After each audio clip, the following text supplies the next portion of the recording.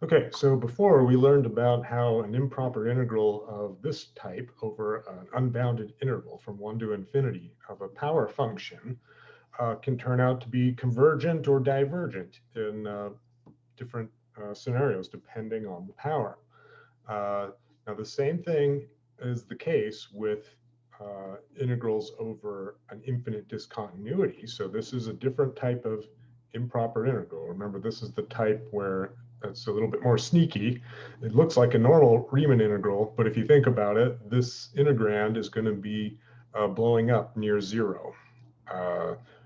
Because as the denominator gets smaller and smaller, the fraction 1 over that number will be blowing up. And so we end up with an infinite discontinuity here, making this improper. So we're going to investigate exactly what's going on with this, and we'll see that it behaves similarly, though not exactly the same. So let's first of all expand this according to the definition. Okay, so I'm going to say that this is equal to the limit as t approaches 0 from the right, the integral from t to 1 of x to the minus p power. I read the power that way to prepare for integration. And our justification for doing this is because 1 over x to the p blows up to infinity as x approaches 0 from the right. Okay, so that's how we know that this is an improper integral and that it needs to be evaluated using this limit of normal Riemann integrals. Okay, so first of all, let's take a look at the situation for p is equal to p is greater than 1 here. Okay, and well, maybe it'd be a good idea over here also just for me to give you a sketch of this picture of this graph. All of these graphs, no matter what the p is in all these 3 cases here that we're going to be doing in this problem, they all look like this. There's an infinite discontinuity right there. This is y is equal to 1 over x to the p. Okay, and we are interested in the area here of this infinite region. So looking at p is greater than 1, let's go ahead and do our integration. So we can use the normal power rule for integration here. So let's carry down the limit because we're not thinking about that yet. We have to worry about the integral first. I have to add 1 to the power, divide by that, and evaluate it between 1 and t according to the fundamental theorem of calculus. That's how we do a definite integral. And let's see. I'll plug in 1 and t here, and then we'll think about what's going on with the individual terms. So first of all, we'll have 1 over 1 minus p, and then we'll be subtracting off 1 over 1 minus p times a t to the 1 minus p. Okay, so let's think about what's going on with this power right here. So like we did before, we have to figure out what function this actually is for when p is greater than 1. So let's see, I'm going to move the p over to the other side of this inequality. So we end up with 0 is greater than 1 minus p. So that means this is actually a negative power right here. So it would probably be better to write it as 1 over a positive power to help us think about it. So I'm going to go ahead and keep this guy here, and maybe I'll make this guy positive as well. This is a minus times a negative number because this fraction would be a negative number. So I'm just going to go ahead and write that as 1 over p minus 1, and then I'll also put this in the denominator, like I said. Okay, remember a negative exponent means to put something in the denominator and flip the exponent sign. So that's all I've done right here, and this is now a positive power in the denominator. So let's think about what a positive power in the denominator looks like. P minus 1, well, that would look like, I'll give you a little sketch right here. it's another one of these basically, right? We've got a positive power in the denominator, just like we'd be thinking over here, a positive power in the denominator. So yeah, I guess in this case, I don't really need to give you another sketch. It's just, what's this function doing as t goes to 0? Well, it's blowing up to infinity like we showed right here, okay?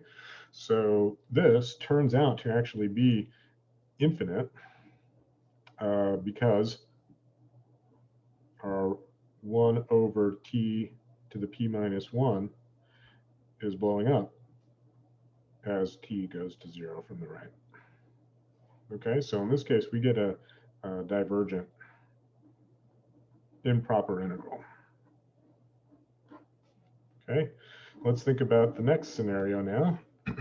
How about if p is equal to 1? Okay, and in this scenario, our integral, well, our integrand has a different antiderivative, right? Because if this is a x to the minus 1 power, the antiderivative of that is a natural log. So the antiderivative here is natural log of the absolute value of x, and we need to plug in bounds there. Remembering that natural log of 1 is equal to 0. This turns out to be 0 minus natural log of t. Since t is on the way to 0 from the right, I can drop the absolute values here. Okay, so let's make a note of that right here. Absolute value of t is equal to t for t greater than 0, which is where we are, so I don't have to worry about the absolute values. And what I do need to worry about is what's going on with this graph as t is approaching 0, right? So I'll remind you what the graph of that function is. Let's give us natural log here. Yeah, I'll do it in blue here just to make it set aside from everything else. Oh, I guess I want a t here because I'm thinking about natural log of t. Okay, and if you remember, natural log is a vertical asymptote, an infinite discontinuity there, going off to minus infinity. Okay, so this thing goes off to minus infinity, and we've got a minus sign in front of it. All right, so we evaluate to positive infinity because natural log of t goes to minus infinity as t goes to 0 from the right. Again, we have a divergent improper integral. Okay, and that brings us to the last scenario. If p is less than 1,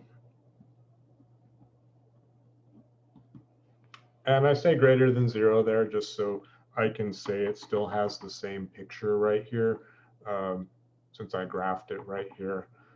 If the p went into negative values, this would flip because negative p would mean we actually had a normal like power function, polynomial type power function. So the 0 here is not important for how the integral behaves. It's just so that I have the same picture here. All right, so let's go ahead and evaluate it just like before at the beginning. So we have limit as t goes to 0 from the right of x to the 1 minus p. I'm adding 1 to the power now over 1 minus p. Okay, and now I'll plug in those limits of integration. So I have 1 over 1 minus p minus 1 over 1 minus p times a t to the 1 minus p. And let's think about what's going on with our power now.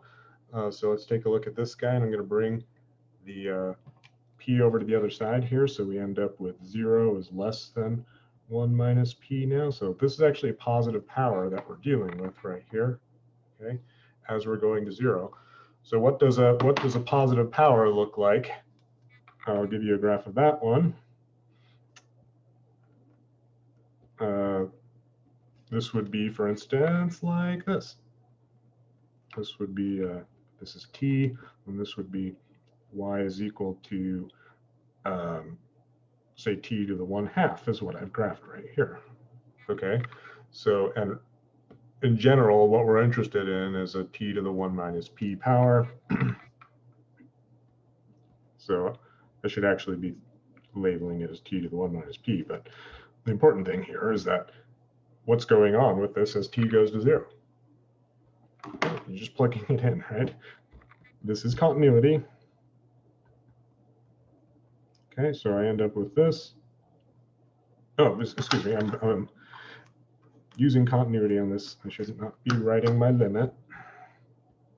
As soon as I actually do the substitution here, that's evaluating the limit, so the limit sign should disappear. So this is by continuity here. We're approaching this point right there. In fact, by plugging 0 in right there. So this term goes away, and we're left with 1 over 1 minus p, which is a finite number, right? This is just a positive number in the denominator there. So this is convergent. So you see that we had a similar sort of behavior with the previous problem, okay, but not exactly the same. Here's what it looked like for how about I do like this? Here's what it looked like for a previous problem. In this problem, we got when p is greater than 1, it's divergent, and then when p is less than 1, it's convergent. Okay, and in our previous problem, we actually ended up with p was greater than 1, then it was convergent. So these are the same cases right here. P is greater than 1, or p is greater than 1. Okay, so we get totally different behavior, either being divergent here or being convergent here in this case. And this is for the two different types of improper integrals that they're behaving differently. Okay, so this is another basic piece. The behavior here is some of the most important for getting an intuition about whether or not certain quantities will be infinite or finite. And especially when you are talking about things like accumulating an infinite amount of area under a curve, okay? That will carry forward to when we talk about infinite series, and having an appreciation about how these power functions behave when you are accumulating an infinite amount of area here. I mean, it's an infinite region. The region is infinite extent, but the area itself might be finite or infinite, okay, right? That's the sort of strange thing here. And learning what p-values go hand in hand with finite or infinite results is the important part that you should make a note of. You know, maybe not worry about memorizing right now, but, you know, have that handy for when we talk about more difficult problems and whether or not they're going to be finite or infinite.